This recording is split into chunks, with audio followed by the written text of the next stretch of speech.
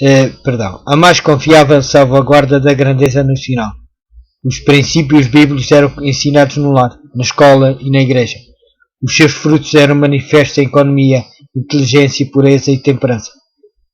Poderia alguém viver ali durante anos e não ver um ébrio, nem ouvir uma imprecação, não encontrar um mendigo?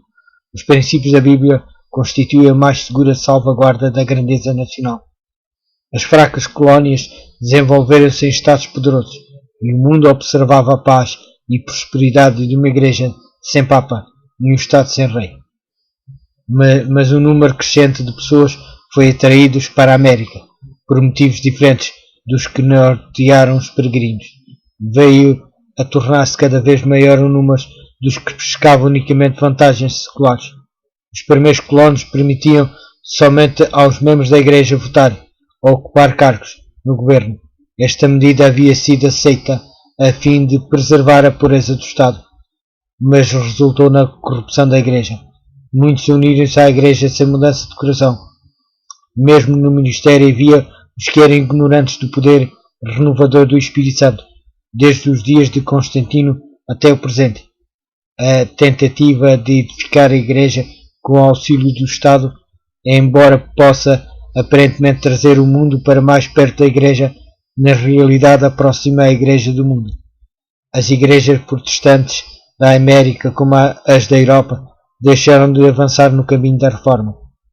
A maioria, tal como os judeus nos dias de Cristo, ou o romanista nos dias de Lutero, contentava-se em correr como havia querido os seus pais. Erros e superstições foram mantidos. A reforma arrefeceu gradualmente, até que houve quase tão grande necessidade de reforma nas igrejas protestantes quanto na igreja romana.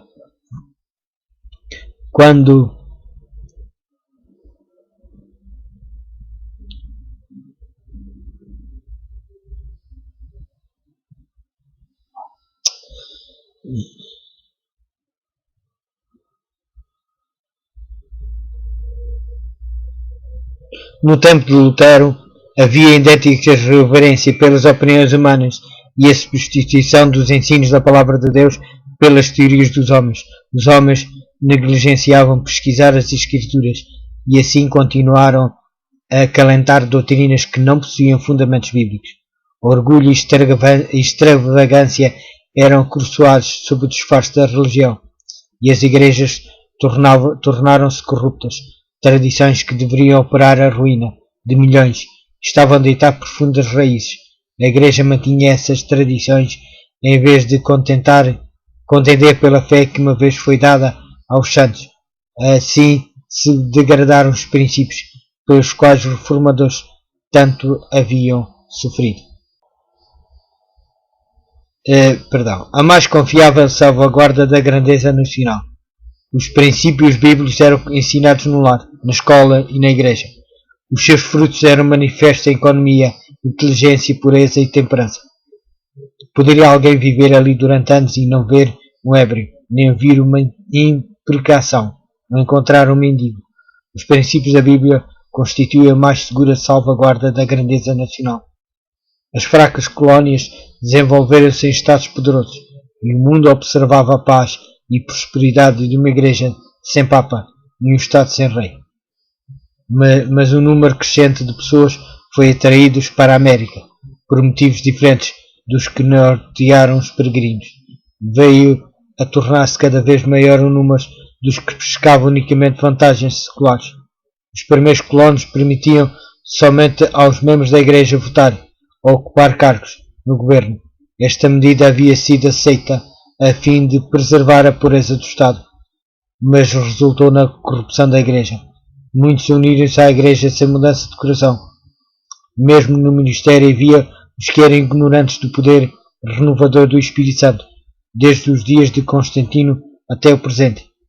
A tentativa de edificar a igreja com o auxílio do Estado, embora possa aparentemente trazer o mundo para mais perto da igreja, na realidade aproxima a igreja do mundo. As igrejas protestantes da América, como as da Europa, deixaram de avançar no caminho da reforma. A maioria, tal como os judeus nos dias de Cristo, ou o romanista nos dias de Lutero, contentava-se em correr como havia querido os seus pais. Erros e superstições foram mantidos. A reforma arrefeceu gradualmente, até que houve quase tão grande necessidade de reforma nas igrejas protestantes quanto na igreja romana. Quando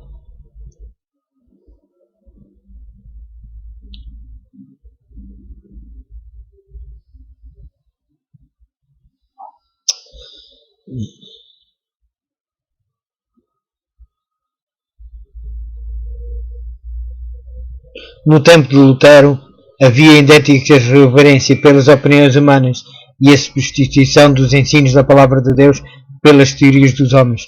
Os homens negligenciavam pesquisar as Escrituras e assim continuaram a acalentar doutrinas que não possuíam fundamentos bíblicos. Orgulho e extravagância eram coroados sob o disfarce da religião e as igrejas tornaram-se corruptas. Tradições que deveriam operar a ruína de milhões estavam a deitar profundas raízes.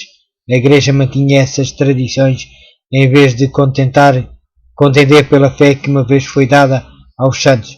Assim se degradaram os princípios pelos quais os reformadores tanto haviam sofrido.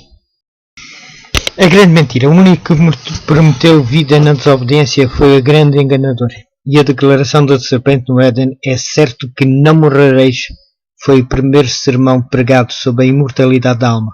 Todavia, esta assertiva, repousando apenas sob a autoridade de Satanás, ecoa dos púlpitos e é recebida pela maior parte da humanidade, tão facilmente como foi pelos nossos primeiros pais. A sentença divina, a alma que pecar, essa morrerá, Ezequiel capítulo 18, versículo 20, é dada a significação.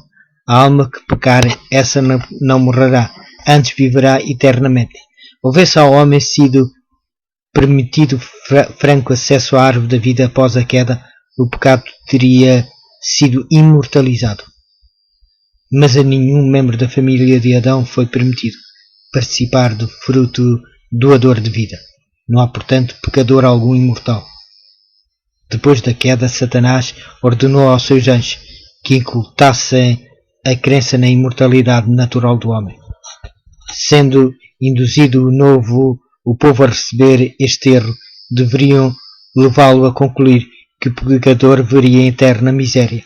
Agora o príncipe das trevas representa a Deus como um tirano, vingativo, declarando que ele mergulha no inferno a todos os que não lhe agradam, e que enquanto se contorcem em chamas eternas, o seu Criador olha para eles com satisfação. Assim o príncipe dos demónios reveste com os seus próprios atributos o benfeitor da humanidade.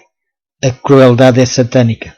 Deus é amor. Satanás é o inimigo que tenta o homem a pecar e então o destrói, e se o puder fazer, quão repugnante ao amor, misericórdia e justiça é a doutrina que os ímpios mortos são atormentados no inferno, eternamente a arder, e que pelos pecados de uma breve vida terrestre sofrerão tortura enquanto de Deus existir.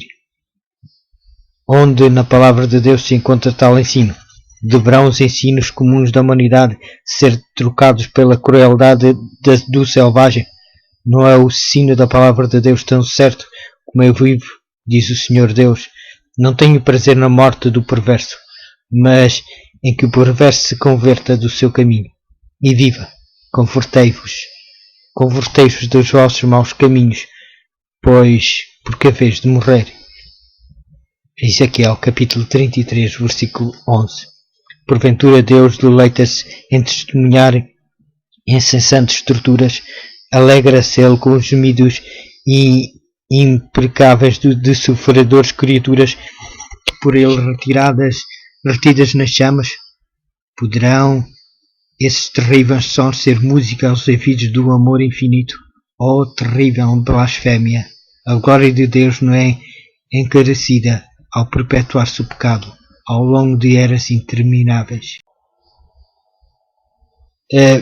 A mais confiável salvaguarda da grandeza nacional. Os princípios bíblicos eram ensinados no lar, na escola e na igreja. Os seus frutos eram manifestos em economia inteligência, pureza e temperança. Poderia alguém viver ali durante anos e não ver um ébrio, nem ouvir uma imprecação, não encontrar um mendigo? Os princípios da Bíblia constituem a mais segura salvaguarda da grandeza nacional.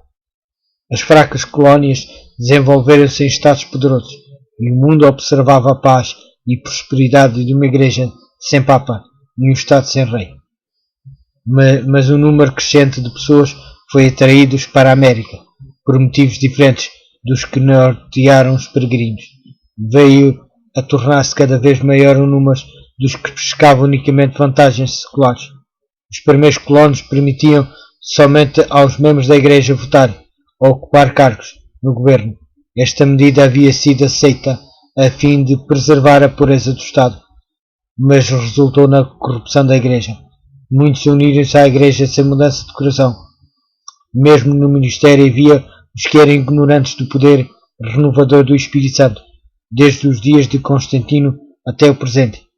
A tentativa de edificar a igreja com o auxílio do Estado, embora possa aparentemente trazer o mundo para mais perto da igreja, na realidade aproxima a igreja do mundo. As igrejas protestantes da América, como as da Europa, deixaram de avançar no caminho da reforma. A maioria, tal como os judeus nos dias de Cristo, ou os romanistas nos dias de Lutero, contentava-se em correr como havia querido os seus pais. Erros e superstições foram mantidos.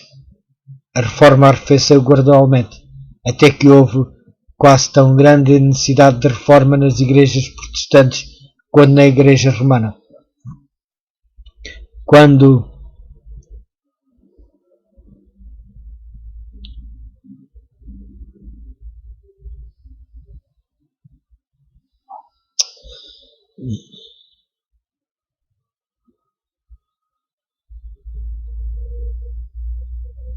No tempo de Lutero, havia idênticas reverência pelas opiniões humanas e a substituição dos ensinos da palavra de Deus pelas teorias dos homens. Os homens negligenciavam pesquisar as Escrituras e assim continuaram a acalentar doutrinas que não possuíam fundamentos bíblicos. Orgulho e extravagância eram coroçoados sob o disfarce da religião, e as igrejas tornaram-se corruptas. Tradições que deveriam operar a ruína de milhões estavam a deitar profundas raízes. A igreja mantinha essas tradições em vez de contender pela fé que uma vez foi dada aos santos. Assim se degradaram os princípios pelos quais os reformadores tanto haviam sofrido. Ora, o livramento do povo de Deus. Qual a importância de estudar o grande conflito? O que é que o grande conflito nos transmite para os dias de hoje? Algumas interrogações que se colocam na vida.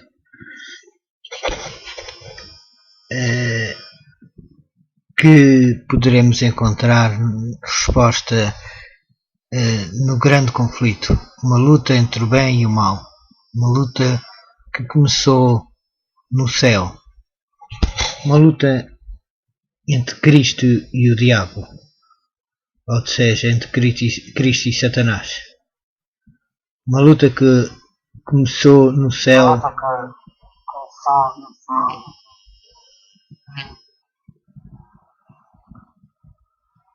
e que irá terminar na segunda vinda de Jesus. Ou seja, mais precisamente quando Jesus no fim do milénio destruir Satanás e todos os anjos e todos aqueles que aceitarem seguir o livramento do povo de Deus. Quando a proteção divina das leis humanas o livramento do povo de Deus. Quando a proteção das leis humanas for retirada dos que honram a lei de Deus, haverá nos diferentes países um movimento simultâneo, com o fim de destruí-los. Aproximando-se o tempo indicado no decreto, o povo conspirará para desfachar numa só noite um golpe decisivo, que faça silenciar a voz de dessentimento e reprovação. O povo de Deus, alguns nas celas das prisões, outros escondidos nas florestas e montanhas, pleiteia ainda a proteção divina. Homens armados, instigados pelas hostes de anjos maus, estão-se preparando para a obra de morte. E então, na hora de maior aperto, que Deus se interporá. Um cântico haverá entre vós, como na noite em que se celebra festa santa, e alegria de coração, como a daquele que sai para ir ao monte do Senhor, à rocha de Israel. O Senhor fará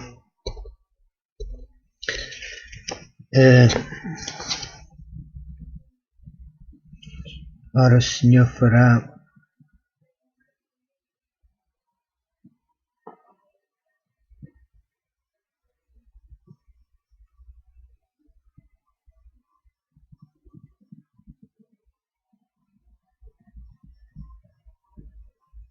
ouvir a sua voz majestosa, e fará ver o golpe do seu braço, que desce com indignação de ira, no meio de chamas devoradoras, chuvas torrenciais, tempestades e pedras de saraiva. Isaías, capítulo 30, versículo 29 e 30. Multidões de homens maus estão prestes a cair sob a presa, quando um denso negror mais intenso do que as trevas da noite cai sobre a terra. Então o arco-íris atravessa os céus e parece cercar cada um dos grupos em oração. As multidões iradas detêm-se, é esquecido o objeto da sua ira sanguinária. Contemplam o símbolo da aliança de Deus, anelando pôr-se ao amparo do seu fulgor. É ouvida pelo povo de Deus uma voz, dizendo: olhai para cima, como Estevão. Erguem os olhos e veem o Filho do Homem no seu trono. Veja Atos dos Apóstolos, capítulo 7, versículos 55 e 56. Divisam os sinais da sua humilhação e ouvem o pedido. A minha vontade é que onde eu estou estejam também comigo os que me destes. João, capítulo 17, versículo 24. Ouve-se uma voz dizendo: eles vêm, santos, inocentes e incontaminados. Guardaram a palavra da minha paciência, e à meia-noite que Deus manifesta o seu poder para o livramento do seu povo. O sol aparece resplandecendo na sua força. Sinais e maravilhas se seguem. Os ímpios contemplam a cena com terror, ao passo que os justos veem os sinais do seu livramento. Em meio aos céus agitados, acha-se um espaço claro de glória indescritível, de onde provém a voz de Deus, como o som de muitas águas, dizendo: está feito. Apocalipse, capítulo 16, versículo 17. Essa voz abala os céus e a terra. Há um grande terremoto, como nunca houve igual, desde que há gente sobre a terra. Tal foi o terremoto forte e grande. Apocalipse, capítulo 16, versículo 18. Afrodosas rochas são espalhadas por toda a parte. O mar é açoitado com fúria. Ouve-se o silibar do furacão, semelhante à voz dos demónios. A superfície da terra está a quebrar-se. Os seus próprios fundamentos parecem ceder.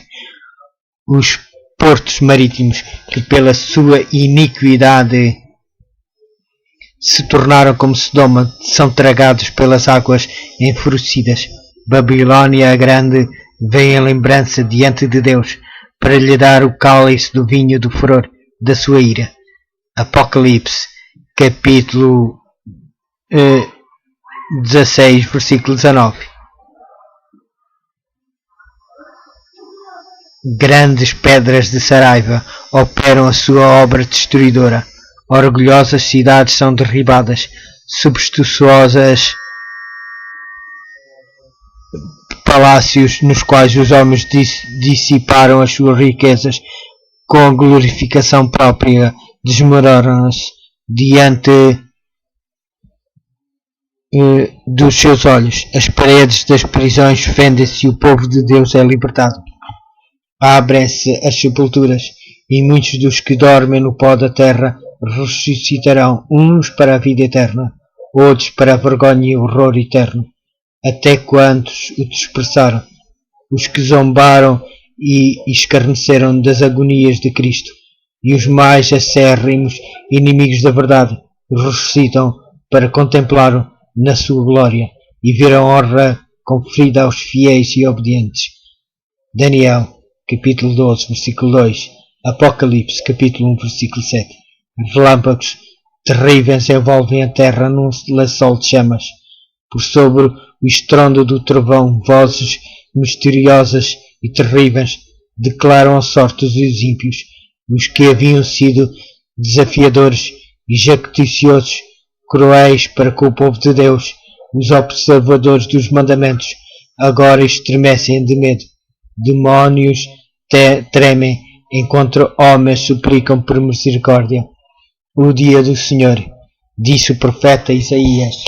Naquele dia os homens lançarão às topeiras e aos morcegos os seus ídolos de prata e os seus ídolos de ouro, que fizeram para ante eles se prostrarem, e meter-se-ão pelas fendas das rochas e pelas cavernas das penhas, até o terror do Senhor e a glória da sua majestade, quando ele se levantar para espantar a terra.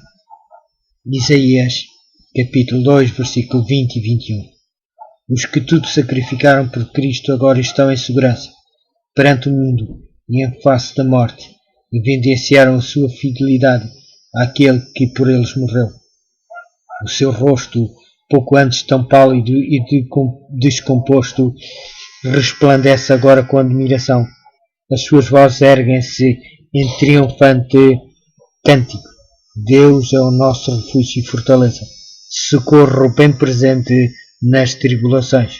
Portanto, não temeremos, ainda que a terra se transporte e os montes se abalem no seio dos mares, ainda que as águas tumulto e espumejem e na sua fúria os montes se estremeçam.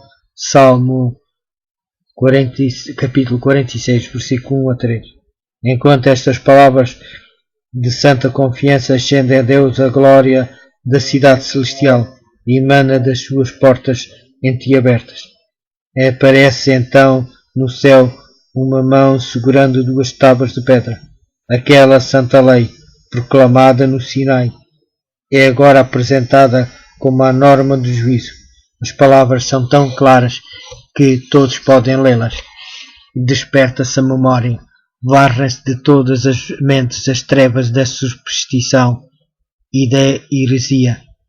É impossível descrever o horror e desespero dos que pisaram a lei de Deus. A fim de conseguir o favor do mundo, puseram de parte os seus preceitos. Deus e ensinaram outros a transgredir. Agora são condenados por aquela lei que desprezaram. Venham com terrível distinção que se acham sem culpa. Os inimigos da lei de Deus têm agora nova concepção da verdade e do dever. Tarde demais. Veem que o sábado, o quarto mandamento, é o selo do Deus vivo.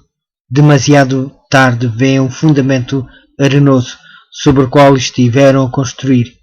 Veem que haviam estado a combater contra Deus. Ensinadores religiosos conduziram almas à perdição, ao mesmo tempo que professavam guiá-las às portas do paraíso.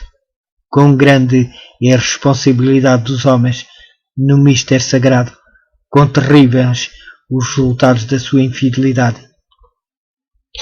Aparece o Rei dos Reis. A voz de Deus é ouvida nos céus, declarando o dia e a hora da vinda de Jesus. O Israel de Deus fica a ouvir, tendo o semblante iluminado com a sua glória. Surge logo no oriente uma pequena nuvem negra.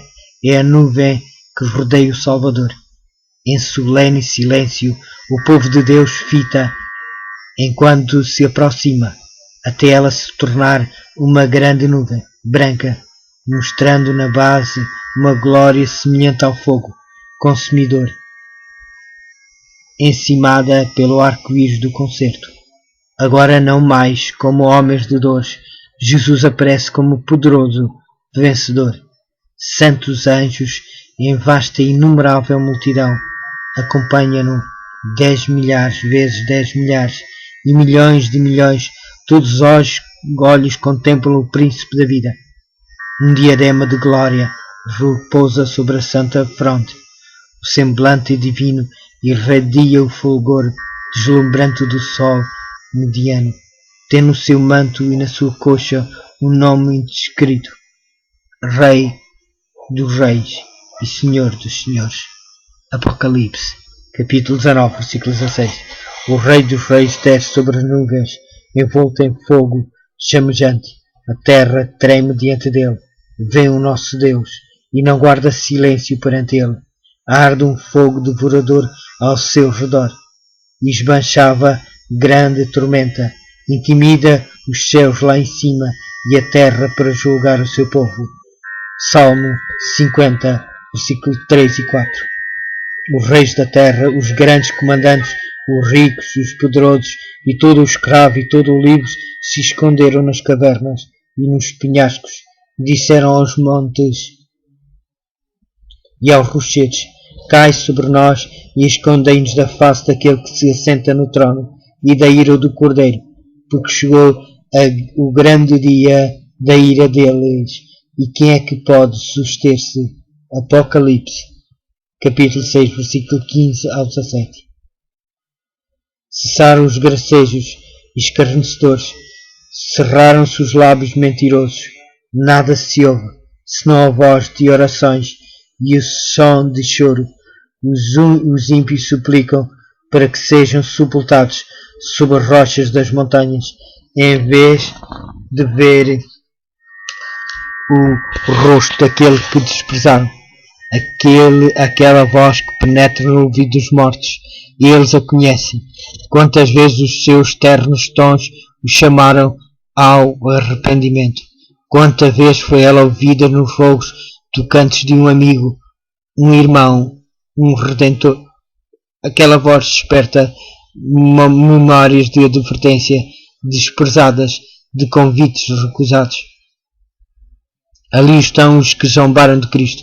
Na sua humilhação, ele declarara: vereis o Filho do Homem assentado à direita do Todo-Poderoso e vindo sobre as nuvens do céu. Mateus, capítulo 26, versículo 64. Agora contemplam na sua glória e ainda o devem ver assentado à direita do poder. Ali está o altivo Herodes, que zombou do seu título real. Ali estão os homens que com mãos ímpias lhe tocaram sobre a fronte a coroa de espinhos e na mão um simulacro do sceptro. Aqueles que diante dele se prostraram em zombaria blasfema, que cuspiram no príncipe da vida, procuram fugir da sua presença. Aqueles que introduziram escravos nas suas mãos e pés contemplam esses sinais com terror e remorso. Com terrível precisão, sacerdotes e príncipes recordam-se dos acontecimentos do Calvário, quando, meneado a cabeça em satânica e alegria, exclamaram: salva os outros, a si mesmo não pode salvar-se? Mateus, capítulo 27, versículo 42. Mais alto que o grito: crucifica-o, crucifica-o, que ecoou por Jerusalém, reboa o pranto desesperado. Ele é o Filho de Deus. Procuram fugir da presença do Rei dos Reis, na vida de todos quantos rejeitaram a verdade. Há momentos em que a consciência desperta, em que a alma é acusada de vãos pesares. Mas o que é isto ao ser comparado com o remorso daquele dia? No meio do seu terror, ouvem as vozes dos santos exclamando: eis que este é o nosso Deus, em quem esperávamos, a Ele nos salvará. Isaías, capítulo 25, versículo 9. A voz do Filho de Deus chama os santos que dormem por toda a terra. Os mortos ouvirão aquela voz, e os que ouvirem viverão. Um grande exército de toda a nação, tribo e povo do cárcere da morte, eles vêm vestidos de glória imortal, clamando: onde está, ó morte, a tua vitória? Onde está, ó morte, o teu aguilhão? 1 de Coríntios, capítulo 15, versículo 55. Todos saem do túmulo com a mesma estatura que tinham quando ali entraram. Todos, porém, surgem com a saúde e vigor da eterna juventude. Cristo veio para restaurar aquilo que se havia perdido. Ele mudará o nosso corpo vil e o modelará conforme o seu corpo glorioso. A forma mortal e corruptível, uma vez poluída pelo pecado, torna-se perfeita, bela e imortal. Defeitos e deformidades são deixados no túmulo. Os remidos sairão e saltarão. Malaquias, capítulo 4, versículo 2. Crescendo até a estatura completa da raça na sua glória primitiva, sendo removidos os últimos traços da maldição do pecado, os fiéis de Cristo refletirão no espírito, alma e corpo a imagem perfeita do seu Senhor. Os justos vivos são transformados num momento, num abrir e fechar de olhos. A voz de Deus, eles tornam-se imortais e com os santos ressurrectos são arrebatados para encontrar o seu Senhor nos ares. Os anjos reunirão os seus escolhidos dos quatro ventos de uma a outra extremidade dos céus. Mateus, capítulo 24, versículo 31. Criancinhas são levadas aos braços das suas mães. Amigos há muito separados pela morte reúnem-se para nunca mais se separarem e com cânticos de alegria ascendem juntos para a cidade de Deus. Na cidade santa, por toda a hoste inumerável dos resgatados, todos os olhares fixam em Jesus. Todos os olhos contemplam a glória daquele cujo aspecto estava muito desfigurado, mais do que o de outro qualquer, e a sua aparência mais do que a dos outros filhos dos homens. Isaías, capítulo 52, versículo 14. Sobre a cabeça dos vencedores, Jesus coloca a coroa de glória. Para cada um há uma coroa que traz o seu próprio novo nome. Apocalipse, capítulo 2, versículo 17. E a inscrição: Santidade ao Senhor. Em cada mão são colocadas a palma do vencedor e a harpa resplandecente. Então, ao desferirem as notas, os anjos dirigentes, todas as mãos deslizam como estria sobre as cordas, tirando-lhes suave música em ricos e melodiosos tons. Todas as vozes se erguem em grato louvor àquele que nos ama e pelo seu sangue nos libertou dos nossos pecados e nos constituiu reino de sacerdotes para o seu Deus e Pai. A ele a glória e o domínio pelos séculos dos séculos. Apocalipse, capítulo 1, versículo 5 e 6. Diante da multidão de resgatados está a santa cidade. Jesus abre as portas e as nações que observaram a verdade entram por ela. Ouve-se então a sua voz: Vinde, benditos de meu Pai, possui por herança o reino que vos está preparado desde a fundação do mundo. Mateus, capítulo 25, versículo 34. Cristo apresenta ao Pai a aquisição do seu sangue, declarando: Eis aqui estou, eu e os filhos que Deus me deu. Guardava-os no teu nome que me deste e protegi-os. Hebreus, capítulo 2, versículo 13. João, capítulo 17, versículo 12. Os transportes daquela hora em que o infinito Pai, olhando para os resgatados, contemplar a sua imagem banida, a discórdia do pecado, removida a sua maldição, e o humano novamente em harmonia com o divino.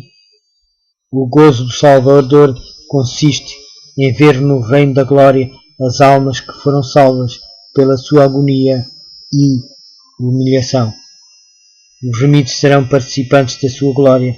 Contemplam os que foram ganhos por intermédio de suas orações, labores e amorável sacrifício. Júbilo lhes encherá o coração ao verem que um ganhou a outros e estes ainda outros.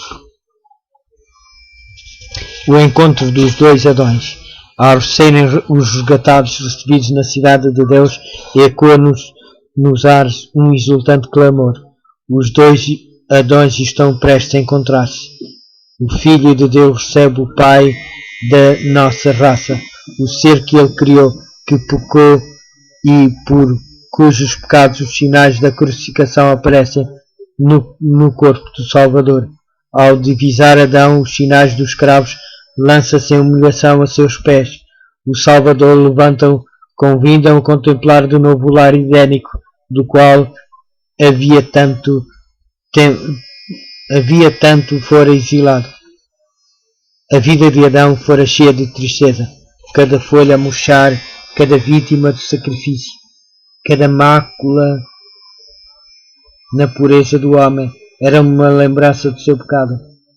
Terrível foi a agonia do remorso ao deparar com a expurgação que lhe fazia por causa do pecado. Sinceramente se arrependeu de seu pecado e morreu na esperança da ressurreição. Agora, pela obra da expiação, Adão é reintegrado. Em transporte e alegria, contempla as árvores que já foram seu deleite, cujos frutos ele próprio colhera nos dias da sua inocência. Vê as videiras que a sua própria mão tratara, as flores que com tanto prazer cuidara.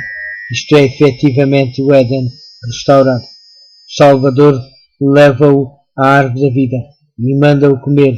Contempla ele uma multidão da sua família resgatada. Lança então a sua coroa aos pés de Jesus e abraça o Redentor. Dedilha a harpa e pelas abóbadas do céu ecoa o cântico triunfante. Digno é o Cordeiro que foi morto. Apocalipse, capítulo 5, versículo 12. A família de Adão lança as suas coroas aos pés do Salvador, inclinando-se perante ele em adoração. Anjos choraram a quanto da queda de Adão e resjubilaram ao abrir Jesus a sepultura a todos os que creram no seu nome. Contempla agora a obra da redenção e une as suas vozes em louvor. Sob o mar de vidro mesclado de fogo, acha-se reunida a multidão dos vencedores da besta, da sua imagem e do número do seu nome. Os 144.000 que foram remidos dentre os homens estão cantando um novo cântico, o cântico de Moisés e do Cordeiro. Apocalipse, capítulo 15, versículo 2 e 3.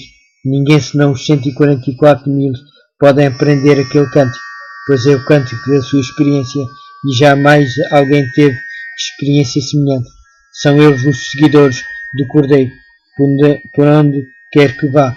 Estes, tendo sido transladados dentre os vivos, são primícias para Deus e para o Cordeiro. Apocalipse, capítulo 14, versículo 4. Passaram pelo tempo de angústia, qual nunca houve desde que houve nação. Suportaram a aflição do tempo de angústia de Jacó. Permaneceram sem cessor durante o derramamento final do juízo de Deus. Eles lavaram suas vestiduras e as alvejaram no sangue do Cordeiro. Não se achou mentira na sua boca. Não tem a mácula diante de Deus. Jamais terão fome. Nunca mais terão sede. Não cairá sobre ele o sol, nem ardor algum, pois o Cordeiro que se encontra no meio do trono os apacentará e os guiará para as fontes da água da vida. E Deus lhes enxugará dos olhos toda a lágrima. Apocalipse, capítulo 7, versículo 14. Apocalipse, capítulo 14, versículo 5.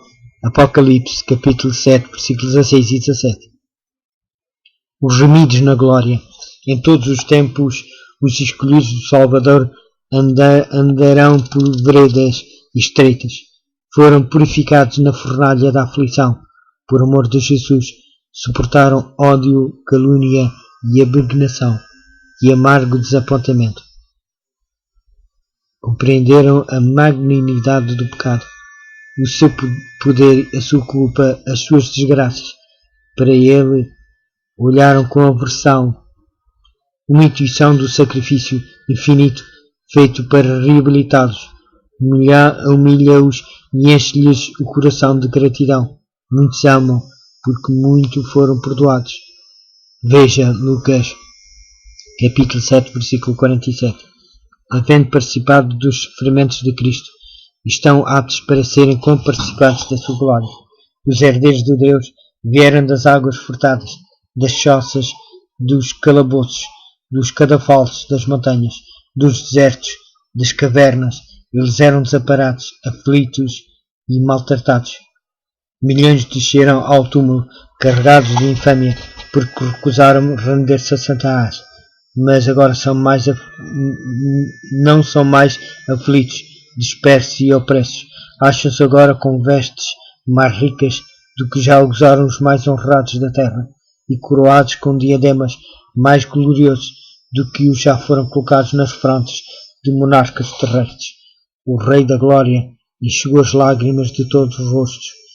Derramaram um cântico de louvor, claro, doce e harmonioso. A harmonia reboa pelas abóboras do céu.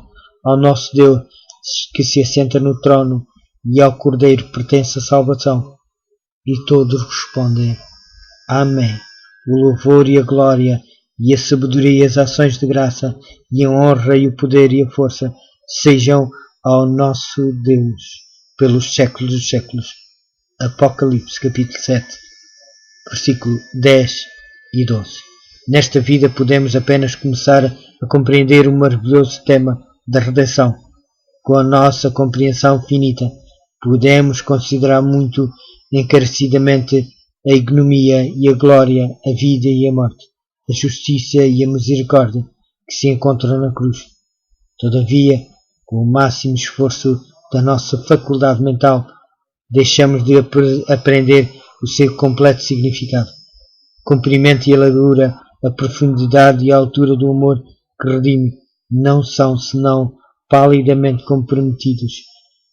O plano da redenção não será plenamente compreendido, mesmo quando os resgatados virem como são vistos e reconheceram como são reconhecidos antes através das eras eternas. Novas verdades desdobrar-se-ão de contínuo à mente cheia de admiração e deleite. Embora os pesares, dores e tentações da terra estejam terminados e removidos as suas causas, o povo de Deus terá sempre um conhecimento distinto e inteligente do que causou a sua salvação. A cruz será o cântico dos remidos por toda a eternidade. Em Cristo glorificado, eles contemplarão a Cristo crucificado. Jamais se olvidará que a majestade do céu se humilhou para levantar o homem caído, que ele arrastou a culpa e a agonia do pecado e a ocultação da face do seu Pai, até que as misérias de um mundo perdido lhe quebrantaram o coração e aniquilaram a vida. O Criador de todos os mundos deixou de lado a sua glória por amor ao homem. E isto despertará eternamente a admiração do universo ao olharem as nações dos salvos para o seu Redentor e saberem que o seu reino não terá fim. Irrompem num hino arrebatador. Digno é o Cordeiro, que foi morto e nos remiu para Deus com o seu muito precioso sangue. O mistério da cruz explica todos os outros mistérios. Ver-se-á que aquele que é infinito em sabedoria não poderia idear plano algum para nos remir, a nascer o sacrifício do seu Filho. A compreensão deste sacrifício é a alegria de povoar a terra com seres resgatados, santos, felizes e imortais. É tal o valor de cada alma que o Pai está satisfeito com o preço pago. É o próprio Cristo, contemplando os frutos do seu sacrifício, também exulta. O grande conflito.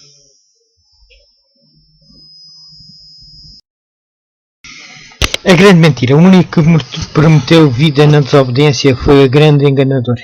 E a declaração da serpente no Éden: é certo que não morrereis, foi o primeiro sermão pregado sobre a imortalidade da alma.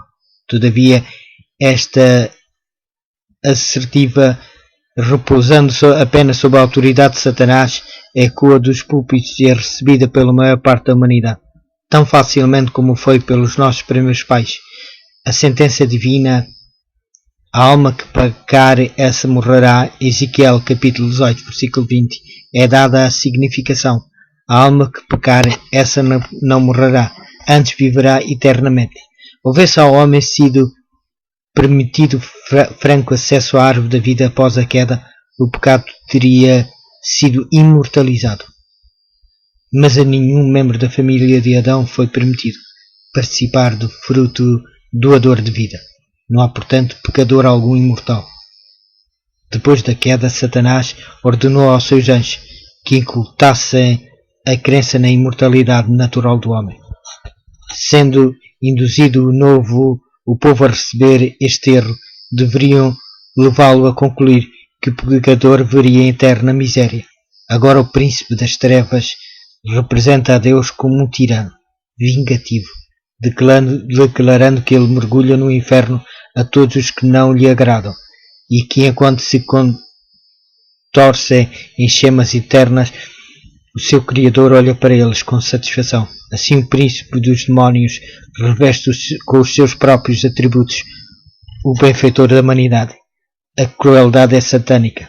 Deus é amor. Satanás é o inimigo que tenta o homem a pecar e então o destrói, e se o puder fazer, quão repugnante ao amor, misericórdia e justiça é a doutrina que os ímpios mortos são atormentados no inferno, eternamente a arder, e que pelos pecados de uma breve vida terrestre sofrerão tortura enquanto de Deus existir. Onde na palavra de Deus se encontra tal ensino, deverão os ensinos comuns da humanidade ser trocados pela crueldade do selvagem? Não é o ensino da palavra de Deus tão certo como eu vivo, diz o Senhor Deus. Não tenho prazer na morte do perverso, mas em que o perverso se converta do seu caminho e viva. Convertei-vos dos vossos maus caminhos, pois porque a vez de morrer. Ezequiel capítulo 33, versículo 11. Porventura Deus deleita-se em testemunhar incessantes torturas, alegra-se ele com os gemidos imprecáveis de sofredores criaturas por ele retidas nas chamas? Poderão esses terríveis sons ser música aos ouvidos do amor infinito? Oh, terrível blasfémia! A glória de Deus não é encarecida ao perpetuar-se o pecado ao longo de eras intermináveis. A heresia do tormento eterno. O mal tem sido promovido pela heresia do tormento eterno.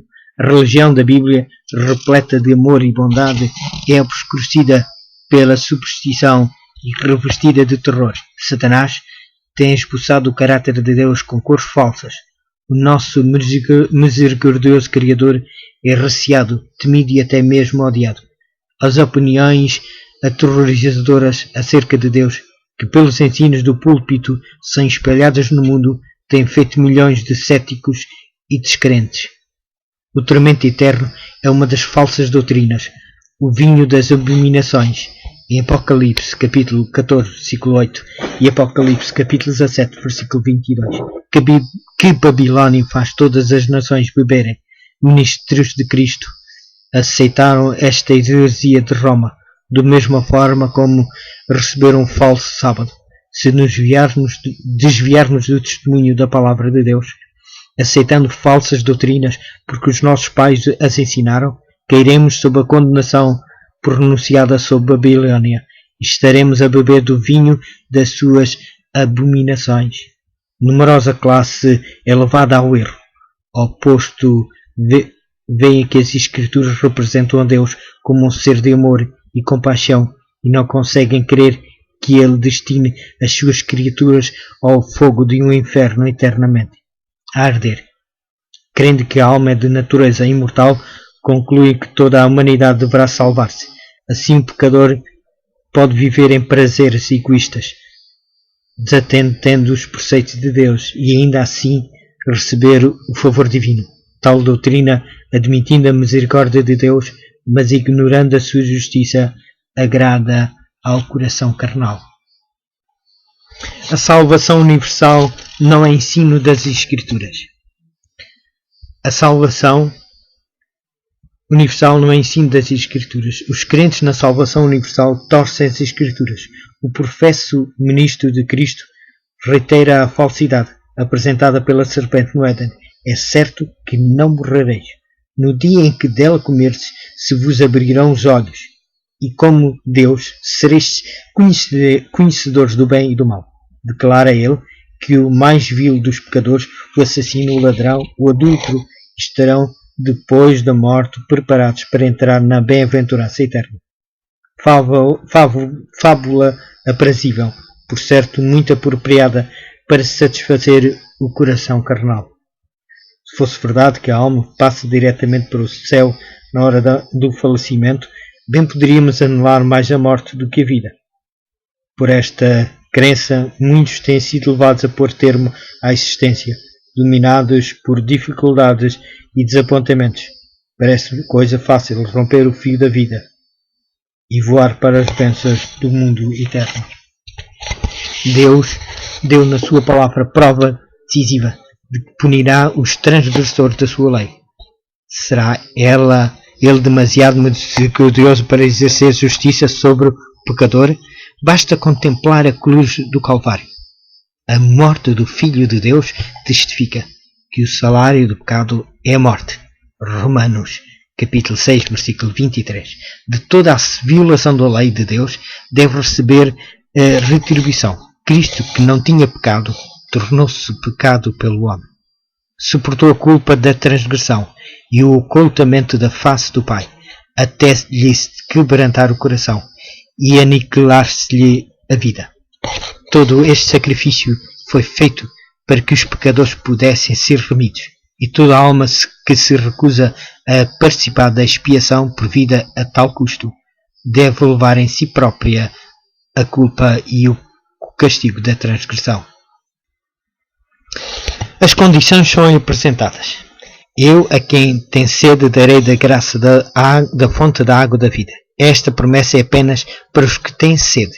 O vencedor herdará todas estas coisas, e eu lhe serei Deus, e ele me será filho. Apocalipse, capítulo 21, versículos 6 e 7. As condições são especificadas. Para herdarmos todas as coisas, teremos de triunfar sobre o pecado. Mas o perverso não irá bem. Eclesiastes, capítulo 8, versículo 13. O pecador está entesourando para si mesmo ira para o dia da ira e da revelação do justo juízo de Deus, que retribuirá a cada um segundo o seu procedimento. Tribulação e angústia virão sobre a alma de qualquer homem que faz o mal. Romanos, capítulo 2, versículos 5, 6 e 9. Nenhum incontinente ou impuro ou avarento que idólatra tem herança no reino de Cristo e de Deus. Bem-aventurados aqueles que levam suas vestiduras no sangue do Cordeiro, para lhes assista o direito à árvore da vida. E entra na cidade pelas portas. Ficam fora os cães, os feiticeiros, os impuros, os assassinos e os idólatras e todo aquele que ama e pratica a mentira. Efésios, capítulo 5, versículo 5. Apocalipse, capítulo 22, versículo 14 e 15. Deus deu aos homens uma declaração do seu método de tratar com o pecado. Os ímpios serão exterminados. Quanto aos transgressores, serão a uma destruídos. Salmos, capítulo 145, versículo 20. E Salmos, capítulo 37, versículo 38. A autoridade do governo divino será emprego para sufocar a rebelião. Contudo, as manifestações da justiça retribuidora serão consistentes com o caráter de Deus, como um ser misericordioso e benévolo. Deus não força a vontade, não tem prazer na obediência servil. Deseja que as escrituras das suas mãos o amem porque ele é digno de amor. Quer que lhe obedeçam porque reconhecem inteligentemente a sua sabedoria, justa e benevolência. Os princípios do governo divino estão em harmonia com o preceito do Salvador. Amai os vossos inimigos. Está em Mateus, capítulo 5, versículo 44. Deus executa a justiça. sobre os ímpios, para o bem do universo, e até mesmo para o bem daqueles sob quem os seus desejos são executados. Ele os faria delitosos, caso fosse possível, cerca-os de manifestações do seu amor e os faz acompanhar de ofertas da sua misericórdia. Eles, porém, desprezaram-lhe o amor, anulam a lei e rejeitam a misericórdia, recebem constantemente os seus dons e ainda assim desonram o doador. O Senhor suporta longamente a sua perversidade, contudo acorrentará estes rebeldes ao seu lado, forçando-os a executar a sua vontade. Não preparados para entrar no céu. Os que escolheram a Satanás como chefe não estão preparados para comparecer à presença de Deus. Orgulho, engano, religiosidade e crueldade fixaram-se no seu caráter. Podem eles entrar no céu para morar para sempre com aqueles a quem odiaram na terra? A verdade nunca será agradável ao mentiroso. A mansidão não satisfará a estima própria e o orgulho, a pureza, não é aceitável ao corrupto. O amor desinteressado não parece atrativo ao egoísta. Que fonte de gozo poderia o céu oferecer aos que se acham absorvidos em interesses egoístas? Poderiam aqueles cujo coração está cheio de ódio a Deus, à verdade e à santidade, unir-se à multidão celestial e unir-se aos seus cânticos de louvor? Anos de graça foram-lhe concedidos, porém nunca exercitaram a mente no amor à pureza.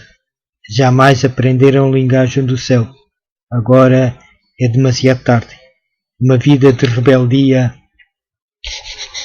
contra Deus incapacitou-os para o céu. A pureza e a santidade ali ser-lhes uma tortura. A glória de Deus ser-lhes um fogo consumidor. Almejaram fugir daquele santo lugar e saudariam destruição para que pudessem esconder-se da face daquele que morreu para os remir. O destino dos ímpios fixa-se pela sua própria escolha. A sua exclusão do céu é voluntária da sua parte e justa e misericordiosa da parte de Deus. Semelhante às águas do dilúvio, os fogos do grande dia declaram o verdadeiro veredicto divino de que os ímpios são incorrigíveis. A sua vontade foi exercitada na revolta. Ao terminar a vida é demasiado tarde para volverem os seus pensamentos da transgressão à obediência, do ódio ao amor. O salário do pecado. O salário do pecado é a morte, mas o dom gratuito de Deus é a vida eterna, em Cristo Jesus, nosso Senhor. Ao passo que a vida é a herança dos justos, a morte é a punição dos ímpios. A segunda morte é posta em contraste com a vida eterna. Romanos, capítulo 6, versículo 23. E veja também em Apocalipse, que é o último livro da Bíblia, capítulo 20, versículo 14. Em consequência do pecado de Adão, a morte passou a toda a raça humana. Todos semelhantemente descem ao sepulcro, e através do plano da salvação, todos devem ressurgir da sepultura. Haverá ressurreição tanto dos justos como de injustos, porque assim como em Adão todos morrem, assim também todos serão vivificados em Cristo. Uma distinção, contudo, se faz entre as duas classes que ressuscitam. Vem a hora em que todos os que se acham no túmulo ouvirão a sua voz e sairão os que tiverem feito o bem para a ressurreição da vida e os que tiverem praticado o mal para a ressurreição do juízo. Está em Apocalipse, capítulo 24, versículo 15, 1 Coríntios, capítulo 15, versículo 22, João, capítulo 5, versículo 28 e 29. A primeira ressurreição. Os que foram tidos por dignos da ressurreição da vida são bem-aventurados e santos, porque sobre eles a segunda morte não tem autoridade. Está em Lucas, capítulo 20, versículo 35, Apocalipse, capítulo 20, versículo 6. Mas os que não asseguram o perdão, através do arrependimento e da fé, devem receber o salário do pecado, ou a punição, segundo as suas obras, que finaliza com a segunda morte. Visto ser impossível a Deus salvar o pecador em seus pecados, ele, o despojo da existência que perdeu pelas suas transgressões e do qual se mostrou indigno, mais um pouco de tempo e já não existirá o ímpio, procurará o seu lugar e não o acharás. Salmo, capítulo 37, versículo 10. Obadias, capítulo 16. Mergulham sem esperança no olvido eterno. Assim se porá ter mau pecado. Destróis o ímpio e para todo o sempre lhe apagas o nome. Quanto aos inimigos, estão consumados. Salmo 9, versículo 5 e 6. São João, no Apocalipse, houve uma antífona universal de louvor, interturbada por qualquer nota de discórdia. Não haverá almas perdidas para blasfemarem de Deus, concursando em tormento interminável. Não existirão seres desditosos no inferno, unindo os seus gritos aos cânticos dos salvos. Sobre o erro da imortalidade inerente, repousa a doutrina da consciência na morte, semelhantemente ao tormento eterno. Opõe-se ela aos ensinos da Escritura, à razão e aos sentimentos da humanidade. Segundo a crença popular, os remidos no céu estão a par de tudo o que ocorre na terra. Mas como poderia ser fonte de felicidade para os mortos o saberem das dificuldades dos vivos? Vê-los suportar todas as tristezas, desapontamentos e angústias de vida. Quão revoltada tem a crença de que, logo que o fogo deixa o corpo, a alma do impenitente é entregue às chamas. Que dizem as Escrituras?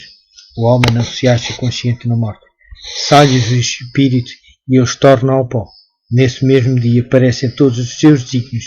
Os vivos sabem que hão de morrer, mas os mortos não sabem coisa alguma. Amor, ódio e inveja para eles já pereceram. Para sempre. Não têm eles parte em coisa alguma do que se faz debaixo do céu. A sepultura não te pode louvar, nem a morte glorificar. Não esperem tua fidelidade os que descem à cova. Os vivos, somente os vivos, estes te louvam, como hoje eu o faço, pois na morte não há recordação de ti. No sepulcro, quem te louvará? Está em Salmos, capítulo 146, versículo 4, Eclesiastes, capítulo 9, versículo 5 e 6, Isaías, capítulo 38, versículos 8 e 19, e Salmos, capítulo 6, versículo 5.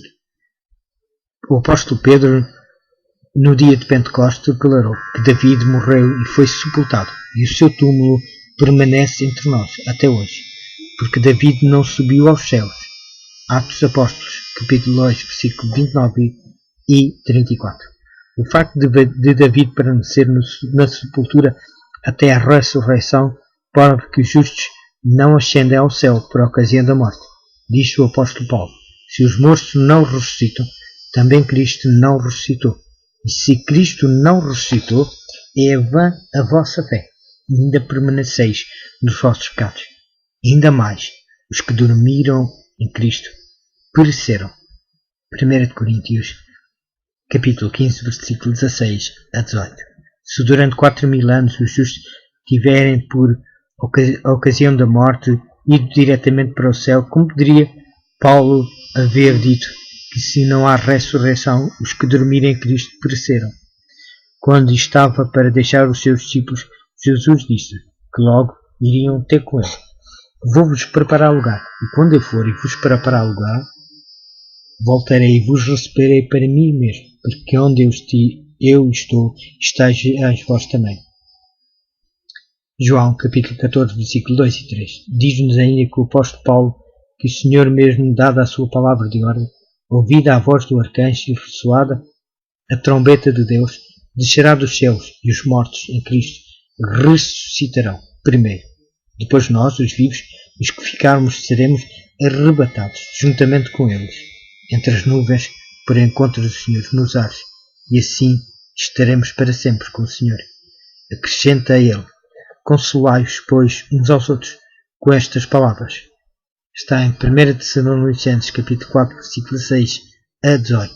Na vinda do Senhor, os grilhões do túmulo são quebrados, e os mortos em Cristo ressuscitarão para a vida eterna.